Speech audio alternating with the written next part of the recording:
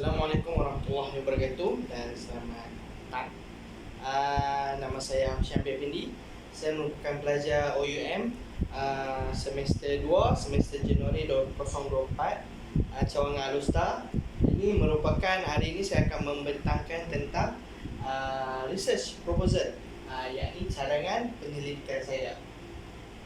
Ini adalah tajuk kajian saya, tahap kesan psikologi kepada jururawat yang bekerja di unit rawatan rapi intensif pediatrik PICU Hospital Sultan Abadiah semasa penularan wabak COVID-19. Latar belakang kajian saya, kes COVID-19 masih lagi wujud di beberapa tempat di negara kita yang mempengaruhi jururawat PICU secara mental dan juga fizikal.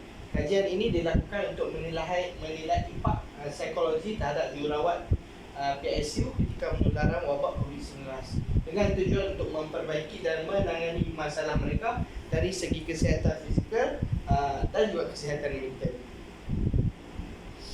Okey, wabak COVID-19 telah memberi impak yang besar di Malaysia, termasuk di Kedah, di mana bandar-bandar utama seperti di Alustar, Jitra, Pokok Senam masih lagi berlaku penularan wabak COVID-19.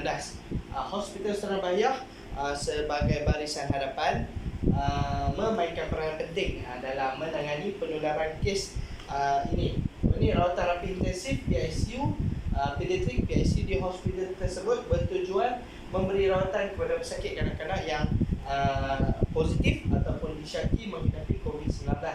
Jururawat di PICU dalam menangani kes berkaitan, mereka menghadapi masalah seperti keletihan, kelesuan, pertambahan kerja dan kurangnya waktu rehat yang boleh mempengaruhi kesihatan mental dan fizikal mereka.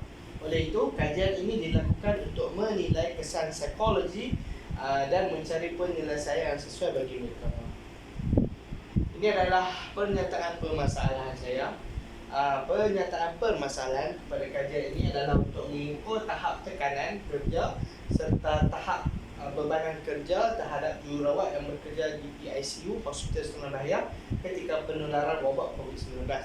Penjagaan kesihatan mental dan fizikal jururawat amat penting dalam pengawalan penyakit-penyakit. Jururawat mudah terdedah kepada tekanan fizikal dan psikologi yang boleh mengakibatkan kepada peningkatan masalah psikologi dalam industri kesihatan. Cabaran lain termasuk risiko penularan wabak, risiko kepada diri sendiri dan keluarga serta mengadaptasi kepada protokol baru seperti penggunaan PPE. Situasi ini boleh memberi kesan kepada kesihatan mental dan juga kesihatan fizikal jururawat. Okey, objektif kajian terbagi kepada dua. Ada objektif kajian utama, yang kedua ialah objektif spesifik. Objektif kajian utama ialah mengukur tahap kesan psikologi terhadap jururawat di PICU ketika penularan wabak COVID-19. Okey, ke objektif spesifik saya terbahagi kepada 5. Yang pertama, untuk mengenal pasti punca penyebab kepada psikologi jururawat bekerja di PICU ketika penularan wabak COVID-19. Yang kedua, untuk menilai tahap kesihatan mental dalam kalangan jururawat yang bertugas di PICU ketika penularan wabak COVID-19. Yang ketiga, untuk menganalisa tahap kesihatan fizikal dalam kalangan jururawat yang perlu bekerja ketika penularan wabak COVID-19. Yang keempat, untuk mencari kaedah dalam menjaga kesihatan mental petugas jururawat di PICU ketika penularan wabak COVID-19. Dan yang kelima, untuk mengenal pasti kaedah ataupun cara untuk meningkatkan kesihatan fizikal kekitangan jururawat di PICU semasa penularan wabak COVID-19. Okey, secara mudahnya yang pertama ni, objektif spesifik yang pertama, saya nak mencari punca penyebab kepada psikologi jururawat ketika COVID outbreak. Okey, yang kedua, untuk menilai tahap kesihatan mental. Yang ketiga, untuk menilai tahap kesihatan fizikal. Yang keempat, untuk mencari kaedah dalam menjaga kesihatan mental. Dan yang kelima, nak mencari kaedah untuk menjaga kesihatan fizikal jururawat yang bertugas di PICU ketika penularan wabak COVID-19. Ini adalah hipotesis saya. Okey, terdapat perkaitan yang signifikan antara tahap tekanan kerja dan bebanan kerja dengan penularan wabak COVID-19. Okey, tahap tekanan kerja dan bebanan kerja jururawat semakin meningkat ketika penularan wabak COVID-19 daripada sebelum ni. Okay. Sebelum ni COVID tak pernah ada, jururawat di PICU, bebanan kerja tak terlalu banyak lah berbanding sekarang. Selain itu, tahap penjagaan kesihatan mental dan fizikal jururawat juga lebih baik sekiranya tekanan dan bebanan kerja di PICU tidak terlalu banyak. Ini merupakan kajian yang telah dilakukan, kajian semula menurut Muhammad Dapo et al.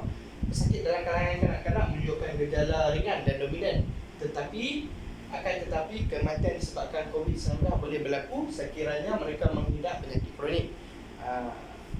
Laporan sebelum menunjukkan kanak-kanak mempunyai keupayaan untuk mengalami spektrum jangkitan SARS-CoV-2, walaupun bagaimanapun kebanyakan kanak-kanak yang dijangkiti menunjukkan gejala penyakit lebih ringan. Tambah pula ramai kanak-kanak dan remaja dengan gejala peradangan multisistem termasuk sindrom shock toksik dan Kawasaki telah dimasukkan ke hospital untuk rawatan intensif. Okey, data yang diterbitkan oleh artikel Cina menunjukkan bahawa kami pada mulanya tidak jangka untuk menerima kes pediatrik COVID-19. Walaupun pada 13 April 2020, satu unit rawatan rapi intensif pediatrik PICU perlu ditubuhkan bagi menampung jumlah pesakit memerlukan rawatan kritikal yang semakin meningkat. Okay, ini menurut Muhammad Dapo et al. Dia menyatakan bahawa unit rawatan rapi intensif pediatrik ini perlu ditubuhkan untuk menampung jumlah pesakit yang memerlukan rawatan kritikal berkaitan COVID. Okey, ini kemudian ini menurut Kos Rabi, Yasi dan Anjali 2022, masa pandemik COVID-19, pekerja kesihatan berhadapan mengalami stres fizikal dan psikologi yang menjurus kepada keletihan kerja dan juga burnout. Sokongan psikososial yang kurang serta masalah tidur boleh meningkatkan lagi risiko keadaan klinikal seorang COVID-19 sedang melanda dengan teruk. Menurut analisis meta terkini, peratusan keletihan kerja dan kalangan jururawat, doktor dan kaki tangan perubatan lain di Timur Tengah dianggarkan sebanyak 40-60%. Menjadikan keletihan kerja adalah sindrom umum yang sering dilakukan oleh kaki tangan profesional kesihatan di semua bidang. Dan ini menurut Chung dan Yung 2020, dengan wabak COVID-19, kesedaran terhadap kawalan mungkin penyakit telah meningkat antara orang awam dan pihak hospital, serta kesan psikologi terhadap pekerja hospital juga diramalkan akan terus meningkat. Yang menurut Chong Yong ni, dia menyatakan bahawa kesan psikologi terhadap pekerja hospital diramalkan akan terus meningkat. Suatu pemeriksaan di Kanada telah dilakukan dan didapati kesan tahap psikologi disebabkan sindrom pernafasan akut teruk ke atas pekerja hospital. Antaranya 29% responden mendapat markah melebihi batasan soal sidik kesihatan AM12 item. Ini menunjukkan responden mungkin mengalami tekanan emosi. Profesional penjaga kesihatan di baris hadapan, terutama yang bekerja di buat isolasi dan juga jawatan kecemasan, mungkin merasa takut dijangkiti serta takut dapat menyebabkan virus penyakit pada ahli keluarga mereka. Semasa COVID-19, pesakit dan profesional kesihatan memerlukan penjagaan kesihatan mental dengan segera. Okey, ini adalah kaedah penyelidikan saya. Metodologi, kaedah penyelidikan kualitatif digunakan untuk mencapai objektif ini. Dan kajian ini untuk mengukur tahap kesan psikologi kepada jururawat yang bekerja di PICU semasa penularan wabak COVID-19. Okey, data primer digunakan untuk mencapai kajian ini. Kaedah penyelidikan kuantitatif yang digunakan dalam kajian ini adalah mereka bentuk penerokaan, exploratory design, dan soal sidik yang digunakan bagi mengumpul dan menganalisis data. Okey, populasi dalam kajian ini ialah jururawat yang bertugas di unit rawatan rapi intensif PICU Hospital Setenang Bahia. Sampel kajian ini terdiri daripada 30 orang responden yang berjawatan sebagai jururawat dari grade U29 hingga grade U32. Strategi persampling yang digunakan dalam kajian ini adalah probability sampling. Kaedah persampling yang saya gunakan dalam kajian ini adalah persampling rawak ataupun random sampling. Okey, soal selidik yang saya gunakan dalam ini menggunakan 5 point Likert scale. 5 point Likert scale tu yang ada di mana kita ada 1 tidak setuju, 2 setuju, 3 1 sangat tidak setuju, 2 tidak setuju, 3 kurang pasti, 4 setuju dan 5 sangat setuju. Okey, jangka masa yang saya perlukan untuk mengumpul data di jangka mengambil masa selama 1 bulan, dan jangka masa untuk saya menganalisis data dianggapkan 3 minggu ke sebulan, dan jangka masa untuk menyiapkan kajian ini secara sepenuhnya dianggapkan mengambil masa dalam 2 hingga 3 bulan.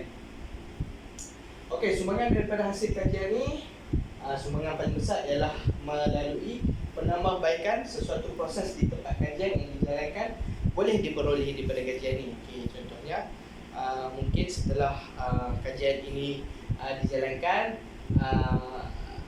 dari segi kesihatan mental dan fizikal dalam kakitangan jururawat di PSU semakin membaik dan terjaga. Kemudian sumbangan yang dianggap penting kepada ilmu pengetahuan baru terhadap kajian ini adalah dengan pengukuhan sebuah teori ataupun model. Di dalam kajian saya memberi contoh daripada kajian yang sedia ada. Ini boleh membantu dan menyokong serta mengukuhkan lagi teori-teori atau model yang sedia ada. Serta sumbangan daripada kajian yang saya lakukan ini, dia boleh membentuk asas bagi kajian lanjut ataupun further researcher. Kajian yang saya jalankan ini boleh menjadikan kajian semula asas bagi penyelidikan serta kajian di masa hadapan. Ini merupakan rujukan saya yang saya gunakan di dalam slide ni lah. Ini adalah katakan gancak saya. Saya menganggarkan persediaan cadangan kajian proposal research ni mengambil masa lebih kurang 2 bulan, iaitu Februari dan Mac 2024. Okey, pada April saya akan membentangkan kajian serta penyerahan cadangan kajian. Okay, sekiranya cadangan kajian saya lulus, saya akan mula mengumpul data dan maklumat pada bulan Mei 2024, dan selepas tempoh sebulan saya akan mula menganalisis data dan maklumat pada bulan Jun. Setelah itu saya mengambil masa dalam sebulan untuk menulis laporan, penyerahan kajian penyelidikan pada bulan Ogos serta pembentangan kajian pada bulan September. Total keseluruhan untuk menyiapkan kajian sepenuhnya ni dalam masa 3 bulan lah, bulan Julai, Ogos dan September. Mula daripada cadangan kajian, penyerahan cadangan kajian, kemudian dari segi kutipan data sebulan, 2 bulan, 3 bulan, 4 bulan, 5, saya mengambil masa lebih kurang 5 bulan untuk menyiapkan kajian ini secara sepenuhnya. Sekiranya proposal saya lulus. Okey, sekian, terima kasih.